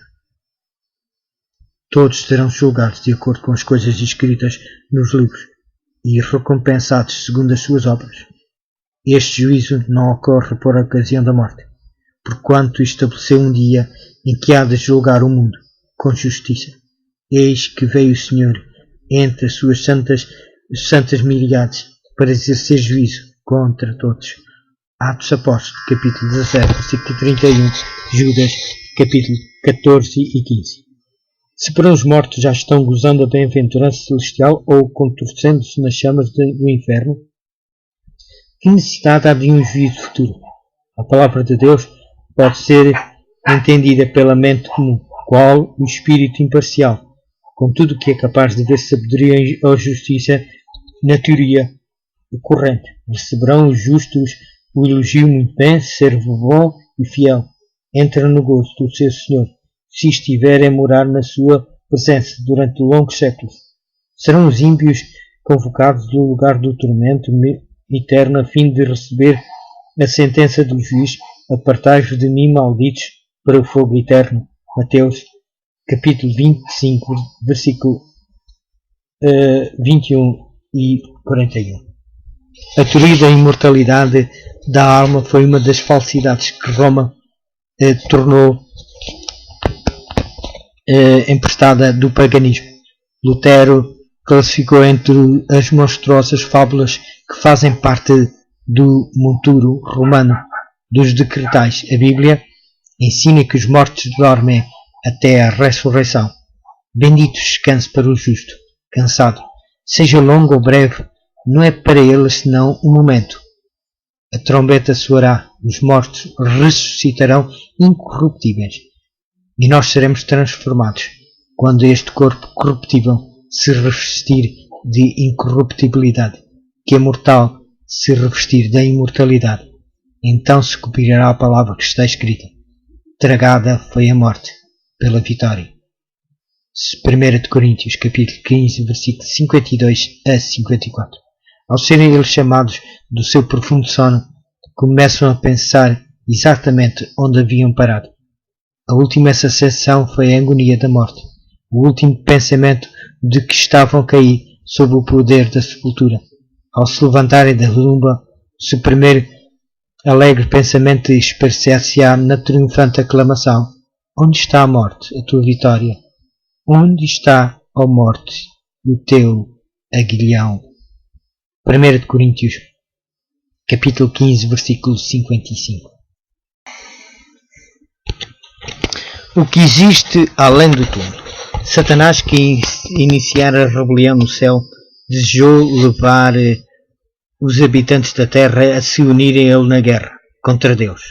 Adão e Eva haviam sido perfeitamente felizes na obediência à lei divina, constante testemunho contra a alegação em que insistira Satanás no céu, de que a lei de Deus era opressiva. Satanás decidiu-se a causar a queda dos nossos primeiros pais, de modo a poder obter posse da terra e aqui estabelecer o seu reino, em oposição ao Altíssimo. Adão e Eva tinham sido advertidos contra este perigoso adversário, mas ele operou nas trevas, ocultando o seu propósito, empregando como seu intermediário a serpente. Então uma criatura de fascinante aspecto dirigiu-se a Eva. É assim que Deus disse: não comereis de toda a árvore do jardim? Eva arriscou-se a argumentar com ele e caiu vítima dos seus engodos. Respondeu-lhe a mulher: do fruto das árvores do jardim podemos comer, mas do fruto da árvore que está no meio do jardim, disse Deus, dele não comereis, nem tocareis, para que não morrais. Então disse a mulher: é certo que não morrereis, porque Deus sabe que no dia em que dele comerdes, se vos abrirão os olhos, e como Deus sereis, conhecedores do bem e do mal. Gênesis, capítulo 3, versículo 1 ao 5. Eva cedeu e, através da sua influência, Adão foi levado a pecar. Aceitaram as palavras da serpente, desconfiaram do seu Criador e imaginaram que ele estava a restringir-lhes a liberdade. Mas como compreenderam Adão o sentido das palavras, no dia em que dela comeres certamente morrerás, deveria ele ser promovido a uma condição mais elevada de existência. Adão não achou ser esse o sentido da sentença divina. Deus declarou que, como penalidade do seu pecado, o homem voltaria à terra, de onde fora tirado, porque és pó e ao pó tornarás. Gênesis, capítulo 3, versículo 19. As palavras de Satanás, se vos abrirão os olhos, mostraram-se verdadeiras. Apenas neste sentido, os seus olhos se abriram para discernir a sua loucura. Conheceram de facto o mal e provaram o amargo fruto da transgressão. A árvore da vida possui o poder de perpetuar a vida. Adão poderia ter continuado a gozar de livre acesso àquela árvore e assim teria vivido para sempre. Quando pecou, entretanto, foi despojado da árvore da vida e tornou-se sujeito à morte. A imortalidade fora perdida pela transgressão. Não teria havido esperança para a raça caída, não houvesse Deus, pelo sacrifício do seu Filho, trazido novamente a imortalidade ao seu alcance. Ao passo que a morte passou a todos os homens, porque todos pecaram, Cristo trouxe à luz a vida e a imortalidade. Mediante o Evangelho, somente através de Cristo, pode a imortalidade ser obtida. Quem crê no Filho tem a vida eterna. O que todavia se mantém rebelde contra o Filho não verá a vida. Romanos, capítulo 5, versículo 12. 2 Timóteo, capítulo 1, versículo 10. João, capítulo 3, versículo 36. A grande mentira. O único que prometeu vida na desobediência foi a grande enganadora. E a declaração da serpente no Éden, é certo que não morrereis, foi o primeiro sermão pregado sobre a imortalidade da alma. Todavia, esta assertiva, repousando apenas sob a autoridade de Satanás, ecoa dos púlpitos e é recebida pela maior parte da humanidade, tão facilmente como foi pelos nossos primeiros pais. A sentença divina, a alma que pecar, essa morrerá, Ezequiel capítulo 18, versículo 20, é dada a significação. A alma que pecar, essa não morrerá, antes viverá eternamente. Houvesse ao homem sido permitido franco acesso à árvore da vida após a queda, o pecado teria sido imortalizado. Mas a nenhum membro da família de Adão foi permitido participar do fruto doador de vida. Não há, portanto, pecador algum imortal. Depois da queda, Satanás ordenou aos seus anjos que incultassem a crença na imortalidade natural do homem. Sendo induzido o povo a receber este erro, deveriam levá-lo a concluir que o pecador veria em eterna miséria. Agora o príncipe das trevas representa a Deus como um tirano, vingativo, declarando que ele mergulha no inferno a todos os que não lhe agradam, e que enquanto se contorcem em chamas eternas, o seu Criador olha para eles com satisfação. Assim o príncipe dos demónios reveste com os seus próprios atributos o benfeitor da humanidade. A crueldade é satânica. Deus é amor. Satanás é o inimigo que tenta o homem a pecar e então o destrói, e se o puder fazer, quão repugnante ao amor, misericórdia e justiça é a doutrina que os ímpios mortos são atormentados no inferno, eternamente a arder, e que pelos pecados de uma breve vida terrestre sofrerão tortura enquanto de Deus existir. Onde na palavra de Deus se encontra tal ensino? Deverão os ensinos comuns da humanidade ser trocados pela crueldade do selvagem? Não é o ensino da palavra de Deus tão certo como eu vivo, diz o Senhor Deus. Não tenho prazer na morte do perverso, mas em que o perverso se converta do seu caminho. E viva, confortei-vos. convertei-vos dos vossos maus caminhos, pois porque a vez de morrer. Ezequiel capítulo 33, versículo 11. Porventura Deus deleita-se em testemunhar incessantes torturas, alegra-se ele com os gemidos imprecáveis de sofredores criaturas por ele retidas nas chamas. Poderão esses terríveis sons ser música aos ouvidos do amor infinito? Oh, terrível blasfémia! A glória de Deus não é encarecida ao perpetuar-se o pecado ao longo de eras intermináveis. Ora, o livramento do povo de Deus. Qual a importância de estudar o grande conflito? O que é que o grande conflito nos transmite para os dias de hoje? Algumas interrogações que se colocam na vida.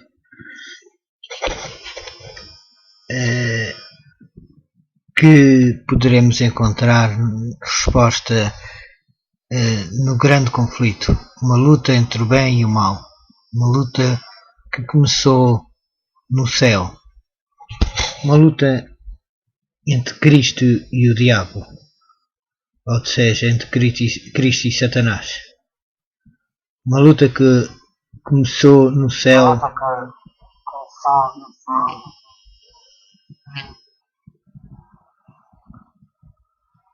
e que irá terminar na segunda vinda de Jesus. Ou seja, mais precisamente quando Jesus, no fim do milénio, destruir Satanás e todos os anjos e todos aqueles que aceitarem seguir o livramento do povo de Deus. Quando a proteção divina das leis humanas o livramento do povo de Deus. Quando a proteção das leis humanas for retirada dos que honram a lei de Deus, haverá nos diferentes países um movimento simultâneo, com o fim de destruí-los. Aproximando-se o tempo indicado no decreto, o povo conspirará para desfachar numa só noite um golpe decisivo que faça silenciar a voz de dessentimento e reprovação. O povo de Deus, alguns nas celas das prisões, outros escondidos nas florestas e montanhas, pleiteia ainda a proteção divina. Homens armados, instigados pelas hostes de anjos maus, estão-se preparando para a obra de morte. E então, na hora de maior aperto, que Deus se interporá. Um cântico haverá entre vós, como na noite em que se celebra a festa santa, e alegria de coração, como a daquele que sai para ir ao monte do Senhor, à rocha de Israel. O Senhor fará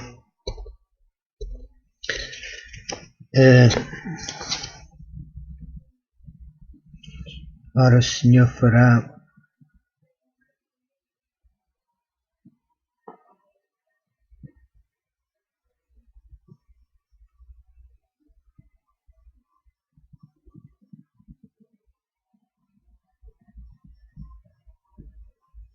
ouvir a sua voz majestosa e fará ver o golpe do seu braço, que desce com indignação de ira no meio de chamas devoradoras, chuvas torrenciais, tempestades e pedras de Saraiva.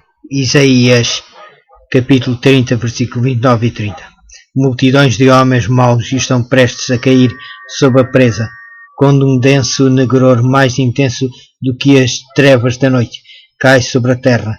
Então o arco-íris atravessa os céus e parece cercar cada um dos grupos em oração. As multidões iradas detêm-se, é esquecido o objeto da sua ira sanguinária. Contemplam o símbolo da aliança de Deus, anelando pôr-se ao amparo do seu fulgor. É ouvida pelo povo de Deus uma voz, dizendo: olhai para cima, como Estevão, erguem os olhos e veem o Filho do Homem no seu trono. Veja Atos dos Apóstolos, capítulo 7, versículos 55 e 56. Divisam os sinais da sua humilhação e ouvem o pedido. A minha vontade é que onde eu estou estejam também comigo os que me destes. João, capítulo 17, versículo 24. Ouve-se uma voz dizendo: eles vêm, santos, inocentes e incontaminados. Guardaram a palavra da minha paciência, e à meia-noite que Deus manifesta o seu poder para o livramento do seu povo. O sol aparece resplandecendo na sua força. Sinais e maravilhas se seguem. Os ímpios contemplam a cena com terror, ao passo que os justos veem os sinais do seu livramento. Em meio aos céus agitados, acha-se um espaço claro de glória indescritível, de onde provém a voz de Deus, como o som de muitas águas, dizendo: está feito. Apocalipse, capítulo 16, versículo 17. Essa voz abala os céus e a terra. Há um grande terremoto, como nunca houve igual, desde que há gente sobre a terra. Tal foi o terremoto forte e grande. Apocalipse, capítulo 16, versículo 18. Afrodosas rochas são espalhadas por toda a parte. O mar é açoitado com fúria. Ouve-se o silibar do furacão, semelhante à voz dos demónios. A superfície da terra está a quebrar-se. Os seus próprios fundamentos parecem ceder. Os portos marítimos, que pela sua iniquidade se tornaram como Sodoma, são tragados pelas águas enfurecidas. Babilônia a grande vem em lembrança diante de Deus, para lhe dar o cálice do vinho do furor da sua ira. Apocalipse, capítulo 16, versículo 19. Grandes pedras de Saraiva operam a sua obra destruidora. Orgulhosas cidades são derribadas, substanciosas palácios nos quais os homens dissiparam as suas riquezas com a glorificação própria desmoronam-se diante dos seus olhos. As paredes das prisões fendem-se e o povo de Deus é libertado. Abrem-se as sepulturas e muitos dos que dormem no pó da terra ressuscitarão, uns para a vida eterna, outros para a vergonha e o horror eterno. Até quantos o dispersaram, os que zombaram e escarneceram das agonias de Cristo, e os mais acérrimos inimigos da verdade ressuscitam para contemplá-lo na sua glória e ver a honra conferida aos fiéis e obedientes. Daniel, capítulo 12, versículo 2. Apocalipse, capítulo 1, versículo 7. Relâmpagos terríveis envolvem a terra num lençol de chamas. Por sobre o estrondo do trovão, vozes misteriosas e terríveis declaram a sorte dos ímpios, os que haviam sido desafiadores e jacticiosos, cruéis para com o povo de Deus. Os observadores dos mandamentos agora estremecem de medo. Demónios tremem, enquanto homens suplicam por misericórdia. O dia do Senhor, disse o profeta Isaías. Naquele dia os homens lançarão às topeiras e aos morcegos os seus ídolos de prata e os seus ídolos de ouro, que fizeram para ante eles se prostrarem, e meter-se-ão pelas fendas das rochas e pelas cavernas das penhas, até o terror do Senhor e a glória da sua majestade, quando ele se levantar para espantar a terra. Isaías, capítulo 2, versículo 20 e 21. Os que tudo sacrificaram por Cristo agora estão em segurança perante o mundo e em face da morte, evidenciaram a sua fidelidade àquele que por eles morreu. O seu rosto, pouco antes tão pálido e descomposto, resplandece agora com admiração. As suas vozes erguem-se em triunfante cântico. Deus é o nosso refúgio e fortaleza, socorro bem presente nas tribulações. Portanto, não temeremos, ainda que a terra se transporte e os montes se abalem no seio dos mares, ainda que as águas tumulto e espumejem e na sua fúria os montes se estremeçam. Salmo 40, capítulo 46, versículo 1 a 3. Enquanto estas palavras de santa confiança ascendem a Deus, a glória da cidade celestial emana das suas portas entreabertas. Aparece então no céu uma mão segurando duas tábuas de pedra. Aquela santa lei, proclamada no Sinai, é agora apresentada como a norma do juízo. As palavras são tão claras que todos podem lê-las. Desperta-se a memória, varrem-se de todas as mentes as trevas da superstição e da heresia. É impossível descrever o horror e desespero dos que pisaram a lei de Deus. A fim de conseguir o favor do mundo, puseram de parte os seus preceitos. Deus e ensinaram outros a transgredir. Agora são condenados por aquela lei que desprezaram. Venham com terrível distinção que se acham sem culpa. Os inimigos da lei de Deus têm agora nova concepção da verdade e do dever. Tarde demais. Veem que o sábado, o quarto mandamento, é o selo do Deus vivo. Demasiado tarde veem um fundamento arenoso sobre o qual estiveram a construir. Veem que haviam estado a combater contra Deus. Ensinadores religiosos conduziram almas à perdição, ao mesmo tempo que professavam guiá-las às portas do paraíso. Quão grande é a responsabilidade dos homens no mistério sagrado, quão terríveis os resultados da sua infidelidade. Aparece o Rei dos Reis. A voz de Deus é ouvida nos céus, declarando o dia e a hora da vinda de Jesus.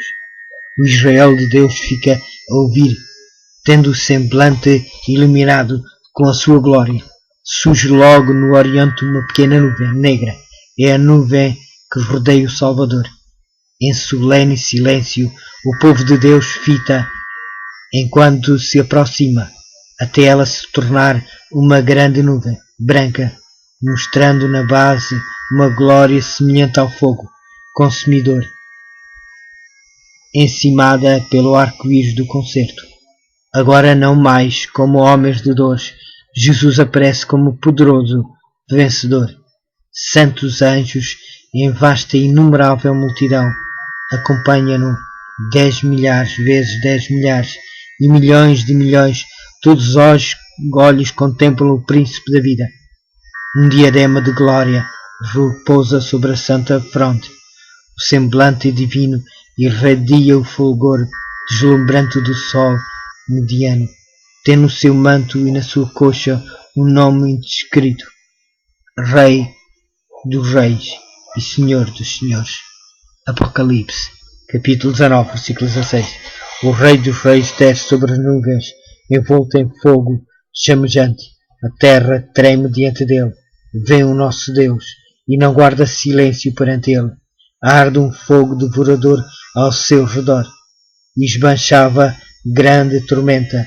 Intimida os céus lá em cima e a terra para julgar o seu povo. Salmo 50, versículo 3 e 4. Os reis da terra, os grandes comandantes, os ricos, os poderosos e todo o escravo e todo o livre se esconderam nas cavernas e nos penhascos. Disseram aos montes e aos rochedos: cai sobre nós e escondei-nos da face daquele que se assenta no trono e da ira do Cordeiro, porque chegou o grande dia da ira deles, e quem é que pode suster-se? Apocalipse, capítulo 6, versículo 15 ao 17. Cessaram os gracejos escarnecedores, cerraram-se os lábios mentirosos, nada se ouve, senão a voz de orações e o som de choro. Os ímpios suplicam para que sejam sepultados sob as rochas das montanhas, em vez de ver o rosto daquele que desprezaram. Aquela voz que penetra no ouvido dos mortos, e eles a conhecem. Quantas vezes os seus ternos tons o chamaram ao arrependimento. Quantas vezes foi ela ouvida nos fogos tocantes de um amigo, um irmão, um redentor. Aquela voz desperta memórias de advertência desprezadas, de convites recusados. Ali estão os que zombaram de Cristo. Na sua humilhação, ele declarara: vereis o Filho do Homem assentado à direita do Todo-Poderoso e vindo sobre as nuvens do céu. Mateus, capítulo 26, versículo 64. Agora contemplam na sua glória e ainda o devem ver assentado à direita do poder. Ali está o altivo Herodes, que zombou do seu título real. Ali estão os homens que com mãos ímpias lhe tocaram sobre a fronte a coroa de espinhos e na mão um simulacro do sceptro. Aqueles que diante dele se prostraram em zombaria blasfema, que cuspiram no príncipe da vida, procuram fugir da sua presença. Aqueles que introduziram escravos nas suas mãos e pés contemplam esses sinais com terror e remorso. Com terrível precisão, sacerdotes e príncipes recordam-se dos acontecimentos do Calvário, quando, meneado a cabeça em satânica e alegria, exclamaram: salva os outros, assim mesmo não pode salvar-se? Mateus, capítulo 27, versículo 42. Mais alto que o grito: crucifica-o, crucifica-o, que ecoou por Jerusalém, reboa o pranto desesperado. Ele é o Filho de Deus. Procuram fugir da presença do Rei dos Reis, na vida de todos quantos rejeitaram a verdade. Há momentos em que a consciência desperta, em que a alma é acusada de vãos pesares. Mas o que é isto ao ser comparado com o remorso daquele dia? No meio do seu terror, ouvem as vozes dos santos exclamando: eis que este é o nosso Deus, em quem esperávamos, a Ele nos salvará. Isaías, capítulo 25, versículo 9. A voz do Filho de Deus chama os santos que dormem por toda a terra. Os mortos ouvirão aquela voz, e os que ouvirem viverão. Um grande exército de toda a nação, tribo e povo, do cárcere da morte, eles vêm vestidos de glória imortal, clamando: onde está, ó morte, a tua vitória? Onde está, ó morte, o teu aguilhão? 1 Coríntios, capítulo 15, versículo 55. Todos saem do túmulo com a mesma estatura que tinham quando ali entraram. Todos, porém, surgem com a saúde e vigor da eterna juventude. Cristo veio para restaurar aquilo que se havia perdido. Ele mudará o nosso corpo vil e o modelará conforme o seu corpo glorioso. A forma mortal e corruptível, uma vez poluída pelo pecado, torna-se perfeita, bela e imortal. Defeitos e deformidades são deixados no túmulo. Os remidos sairão e saltarão. Malaquias, capítulo 4, versículo 2. Crescendo até a estatura completa da raça na sua glória primitiva, sendo removidos os últimos traços da maldição do pecado, os fiéis de Cristo refletirão no espírito, alma e corpo a imagem perfeita do seu Senhor.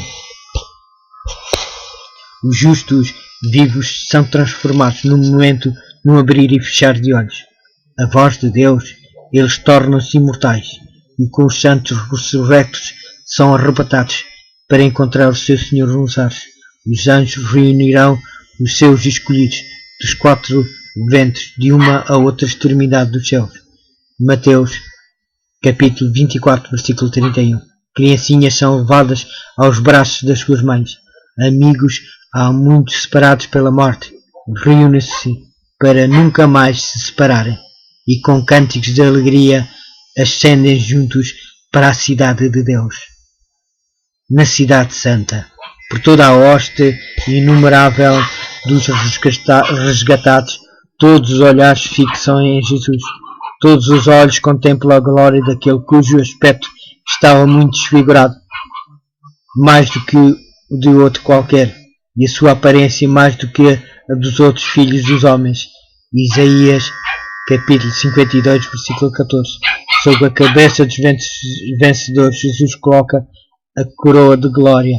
Para cada um há uma coroa que traz o seu próprio novo nome. Apocalipse, capítulo 2, versículo 17. E a inscrição: Santidade ao Senhor. Em cada mão são colocadas a palma do vencedor e a harpa resplandecente. Então, ao desferirem as notas, os anjos dirigentes, todas as mãos deslizam com mestria sobre as cordas, tirando-lhes suave música em ricos e melodiosos tons.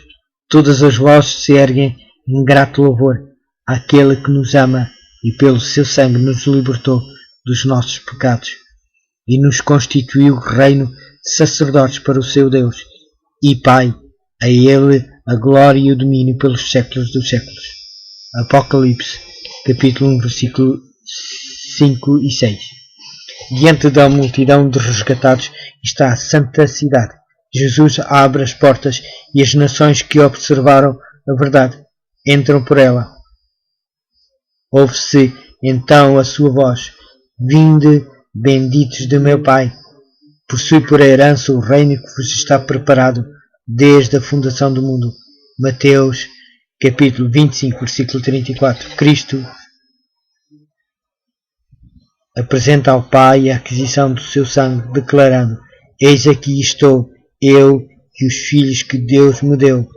Guardava-os no teu nome que me deste e protegi-os. Hebreus, capítulo 2, versículo 13. João, capítulo 17, versículo 12. Os transportes daquela hora em que o infinito Pai, olhando para os resgatados, contemplara a sua imagem banida, a discórdia do pecado, removida a sua maldição, e o humano novamente em harmonia com o divino. O gozo do Salvador consiste em ver no reino da glória as almas que foram salvas pela sua agonia e humilhação. Os remidos serão participantes da sua glória. Contemplam os que foram ganhos por intermédio de suas orações, labores e amorável sacrifício. Júbilo lhes encherá o coração ao verem que um ganhou a outros e este ainda outro. O encontro dos dois Adões. Ao serem os resgatados recebidos na cidade de Deus, ecoa nos ares um exultante clamor. Os dois Adões estão prestes a encontrar-se. O Filho de Deus recebe o Pai da nossa raça, o ser que ele criou, que pecou e por cujos pecados os sinais da crucificação aparecem no corpo do Salvador. Ao divisar Adão os sinais dos escravos, lança-se em humilhação a seus pés. O Salvador levanta-o, convida-o a contemplar de novo o lar idênico, do qual havia tanto fora exilado. A vida de Adão fora cheia de tristeza, cada folha a murchar, cada vítima do sacrifício, cada mácula na pureza do homem era uma lembrança do seu pecado. Terrível foi a agonia do remorso ao deparar com a exprobação que lhe fazia por causa do pecado. Sinceramente se arrependeu de seu pecado e morreu na esperança da ressurreição. Agora, pela obra da expiação, Adão é reintegrado. Em transporte e alegria, contempla as árvores que já foram seu deleite, cujos frutos ele próprio colhera nos dias da sua inocência. Vê as videiras que a sua própria mão tratara, as flores que com tanto prazer cuidara. Isto é efetivamente o Éden restaurado. O Salvador leva-o à árvore da vida e manda-o comer. Contempla ele uma multidão da sua família resgatada. Lança então a sua coroa aos pés de Jesus e abraça o Redentor. Dedilha a harpa e pelas abóbodas do céu ecoa o cântico triunfante. Digno é o Cordeiro que foi morto. Apocalipse, capítulo 5, versículo 12. A família de Adão lança as suas coroas aos pés do Salvador, inclinando-se perante ele em adoração. Anjos choraram a quanto da queda de Adão e rejubilaram ao abrir Jesus a sepultura a todos os que creram no seu nome. Contempla agora a obra da redenção e une as suas vozes em louvor. Sob o mar de vidro mesclado de fogo, acha-se reunida a multidão dos vencedores da besta, da sua imagem e do número do seu nome. Os 144.000 que foram remidos dentre os homens estão cantando um novo cântico, o cântico de Moisés e do Cordeiro. Apocalipse, capítulo 15, versículo 2 e 3. Ninguém senão os 144.000 podem aprender aquele cântico, pois é o cântico da sua experiência e jamais alguém teve experiência semelhante. São eles os seguidores do Cordeiro, por onde quer que vá. Estes, tendo sido transladados dentre os vivos, são primícias para Deus e para o Cordeiro. Apocalipse, capítulo 14, versículo 4. Passaram pelo tempo de angústia, qual nunca houve desde que houve nação. Suportaram a aflição do tempo de angústia de Jacó. Permaneceram sem antecessor durante o derramamento final dos juízos de Deus. Eles lavaram suas vestiduras e as alvejaram no sangue do Cordeiro. Não se achou mentira na sua boca. Não tem a mácula diante de Deus. Jamais terão fome. Nunca mais terão sede. Não cairá sobre ele o sol, nem ardor algum, pois o Cordeiro que se encontra no meio do trono os apacentará e os guiará para as fontes da água da vida. E Deus lhes enxugará dos olhos toda a lágrima. Apocalipse, capítulo 7, versículo 14. Apocalipse, capítulo 14, versículo 5. Apocalipse, capítulo 7, versículos 16 e 17. Os remidos na glória. Em todos os tempos, os escolhidos do Salvador andarão por veredas estreitas. Foram purificados na fornalha da aflição. Por amor de Jesus, suportaram ódio, calúnia e abnegação e amargo desapontamento. Compreenderam a magnanimidade do pecado, o seu poder, a sua culpa, as suas desgraças. Para ele, olharam com aversão uma intuição do sacrifício infinito feito para reabilitá-los. Humilha-os e enche-lhes o coração de gratidão. Muitos amam, porque muito foram perdoados. Veja Lucas, capítulo 7, versículo 47. Havendo participado dos sofrimentos de Cristo, estão aptos para serem comparticipantes da sua glória.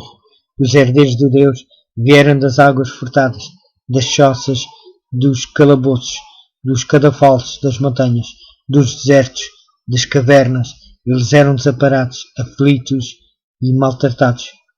Milhões desceram ao túmulo, carregados de infâmia, porque recusaram render-se a Satanás. Mas agora não são mais aflitos, dispersos e opressos. Acham-se agora com vestes mais ricas do que já gozaram os mais honrados da terra, e coroados com diademas mais gloriosos do que os já foram colocados nas frontes de monarcas terrestres. O Rei da Glória enxugou as lágrimas de todos os rostos. Derramaram um cântico de louvor, claro, doce e harmonioso. A harmonia reboa pelas abóboras do céu. Ao nosso Deus que se assenta no trono e ao Cordeiro pertence a salvação. E todos respondem: Amém. O louvor e a glória e a sabedoria e as ações de graça e a honra e o poder e a força sejam ao nosso Deus pelos séculos dos séculos. Apocalipse, capítulo 7, versículo 10 e 12. Nesta vida podemos apenas começar a compreender o maravilhoso tema da redenção. Com a nossa compreensão finita, podemos considerar muito encarecidamente a ignomia e a glória, a vida e a morte, a justiça e a misericórdia que se encontram na cruz. Todavia, com o máximo esforço da nossa faculdade mental, deixamos de aprender o seu completo significado. O comprimento e a largura, a profundidade e a altura do amor que redime não são senão palidamente comprometidos. O plano da redenção não será plenamente compreendido, mesmo quando os resgatados virem como são vistos e reconhecer como são reconhecidos antes através das eras eternas. novas verdades desdobrar-se-ão de contínuo à mente cheia de admiração e deleite. Embora os pesares, dores e tentações da terra estejam terminados e removidos as suas causas, o povo de Deus terá sempre um conhecimento distinto e inteligente do que causou a sua salvação. A cruz será o cântico dos remidos por toda a eternidade. Em Cristo glorificado, eles contemplarão a Cristo crucificado.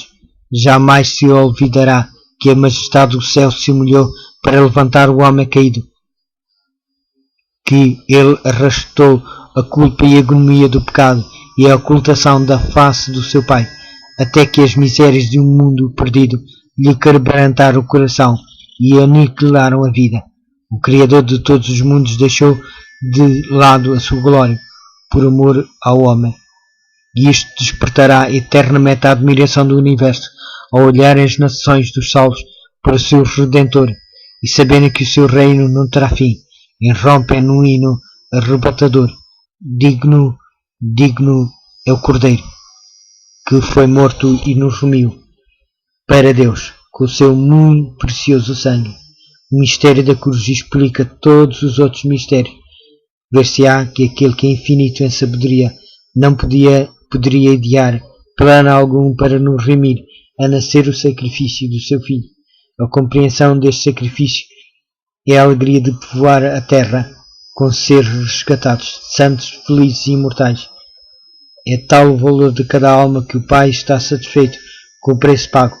É o próprio Cristo, contemplando os frutos do seu sacrifício, também exulta. O grande conflito.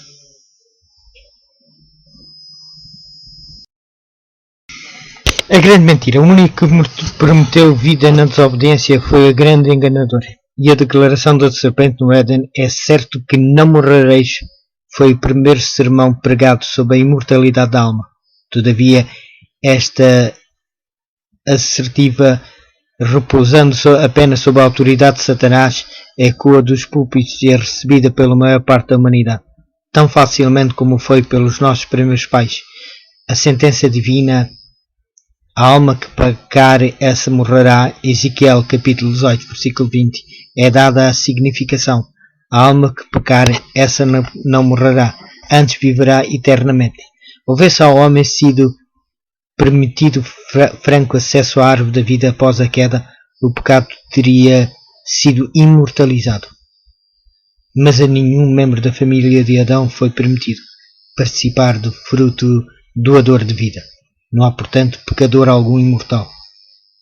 Depois da queda, Satanás ordenou aos seus anjos que incultassem a crença na imortalidade natural do homem. Sendo induzido o povo a receber este erro, deveriam levá-lo a concluir que o pecador veria em eterna miséria. Agora o príncipe das trevas representa a Deus como um tirano, vingativo, declarando que ele mergulha no inferno a todos os que não lhe agradam, e que enquanto se contorcem em chamas eternas, o seu Criador olha para eles com satisfação. Assim o príncipe dos demónios reveste com os seus próprios atributos o benfeitor da humanidade. A crueldade é satânica. Deus é amor. Satanás é o inimigo que tenta o homem a pecar, e então o destrói, e se o puder fazer, quão repugnante ao amor, misericórdia e justiça é a doutrina que os ímpios mortos são atormentados no inferno, eternamente a arder, e que pelos pecados de uma breve vida terrestre sofrerão tortura enquanto Deus existir. Onde na palavra de Deus se encontra tal ensino? Deverão os ensinos comuns da humanidade ser trocados pela crueldade do selvagem? Não é o sino da palavra de Deus tão certo como eu vivo, diz o Senhor Deus. Não tenho prazer na morte do perverso, mas em que o perverso se converta do seu caminho e viva. Convertei-vos dos vossos maus caminhos, pois porque a vez de morrer. Ezequiel capítulo 33, versículo 11. Porventura Deus deleita-se em testemunhar incessantes torturas, alegra-se Ele com os gemidos e imprecáveis de sofredores criaturas por Ele retidas nas chamas? Poderão esses terríveis sons ser música aos ouvidos do amor infinito? Oh, terrível blasfémia! A glória de Deus não é encarecida ao perpetuar-se o pecado ao longo de eras intermináveis. A grande mentira, o único que prometeu vida na desobediência foi a grande enganadora. E a declaração da serpente no Éden, é certo que não morrereis, foi o primeiro sermão pregado sobre a imortalidade da alma. Todavia, esta assertiva, repousando apenas sob a autoridade de Satanás, ecoa dos púlpitos e é recebida pela maior parte da humanidade, tão facilmente como foi pelos nossos primeiros pais. A sentença divina, a alma que pecar, essa morrerá, Ezequiel capítulo 18, versículo 20, é dada a significação. A alma que pecar, essa não morrerá, antes viverá eternamente. Houvesse ao homem sido permitido franco acesso à árvore da vida após a queda, o pecado teria sido imortalizado. Mas a nenhum membro da família de Adão foi permitido participar do fruto doador de vida. Não há, portanto, pecador algum imortal. Depois da queda, Satanás ordenou aos seus anjos que incultassem a crença na imortalidade natural do homem. Sendo induzido o povo a receber este erro, deveriam levá-lo a concluir que o pecador veria em eterna miséria. Agora o príncipe das trevas representa a Deus como um tirano, vingativo, declarando que ele mergulha no inferno a todos os que não lhe agradam, e que enquanto se contorcem em chamas eternas, o seu Criador olha para eles com satisfação. Assim o príncipe dos demónios reveste com os seus próprios atributos o benfeitor da humanidade. A crueldade é satânica. Deus é amor. Satanás é o inimigo que tenta o homem a pecar e então o destrói, e se o puder fazer, quão repugnante ao amor, misericórdia e justiça é a doutrina que os ímpios mortos são atormentados no inferno, eternamente a arder, e que pelos pecados de uma breve vida terrestre sofrerão tortura enquanto de Deus existir.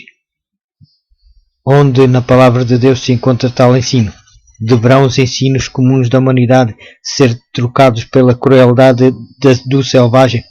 Não é o ensino da palavra de Deus tão certo como eu vivo, diz o Senhor Deus. Não tenho prazer na morte do perverso, mas em que o perverso se converta do seu caminho e viva.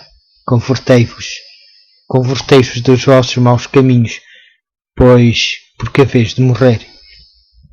Ezequiel capítulo 33, versículo 11. Porventura Deus deleita-se em testemunhar incessantes torturas, alegra-se Ele com os gemidos e imprecáveis de sofredores criaturas por Ele retidas nas chamas? Poderão esses terríveis sons ser música aos ouvidos do amor infinito? Oh, terrível blasfémia! A glória de Deus não é encarecida ao perpetuar-se o pecado